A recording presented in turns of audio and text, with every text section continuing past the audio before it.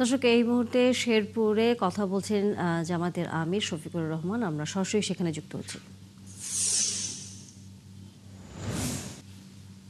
বেপরোয়া নির্দয় কিভাবে হতে পারে?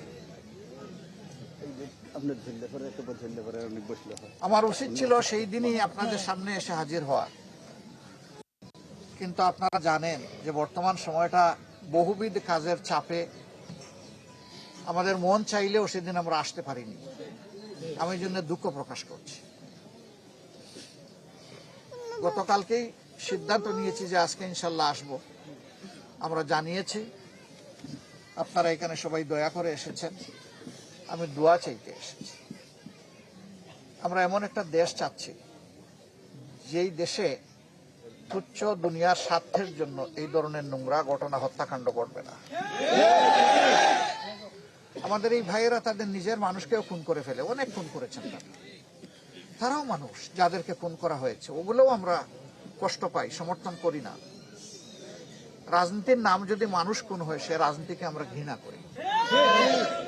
রাজনীতির নাম হবে মানুষের উপকার, কল্যাণ, মানুষকে শান্তি দেওয়া, সম্মান এনে দেওয়া, মানুষের সমস্যার সমাধান করা। এই যে আজকে এই কাজটা করা হলো, এ দিয়ে তারা কি বার্তা দিলেন এখানকার মানুষকে? রেজাউল করিম ভাই আর ফিরে আসবে না, কিন্তু আপনারা সবাই আর বাড়বে না তো ভাই, কেমনে বাড়বে? একটু শুনেন কষ্ট করে।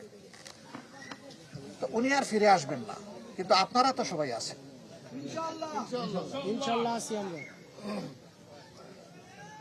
এখানে তার কবর, আমি এই লাশের আমানত আপনাদের কাছে রেখে গেলাম। আমি বিচারটাও আপনাদের কাছে দিয়ে গেলাম। আপনারা দেখেছেন এ পর্যন্ত একজন আসামিকেও গ্রেপ্তার করা হলো না। স্পষ্ট দুবালিকে আমার সহকর্মীটা খুন হলো, কে করলো সেগুলা অলরেডি ভিডিও ফুটেজে চলে গেছে সবার কাছে। এরপরে প্রশাসন কেন নীরব? ওসি উড্র করা হয়েছে, ইউএনএ উড্র করা হয়েছে, এটা কোনো সমাধান না। আমরা চাই যে অতি সত্বর এখানে প্রজাতন্ত্রের দায়িত্বশীল জিম্মাদার লোক হিসাবে ইউএনও এবং ওসি পাঠানো হোক, যে কোনো দলবাজি করবে না। আমরা কারো কোনো আনুকূল্য চাই না। আমরা শুধু এতটুকু চাই যে প্রজাতন্ত্রের কর্মচারীরা যার যার জায়গায় তারা অত্যন্ত নিষ্ঠা এবং নিরপেক্ষতার সাথে দায়িত্ব পালন করবেন।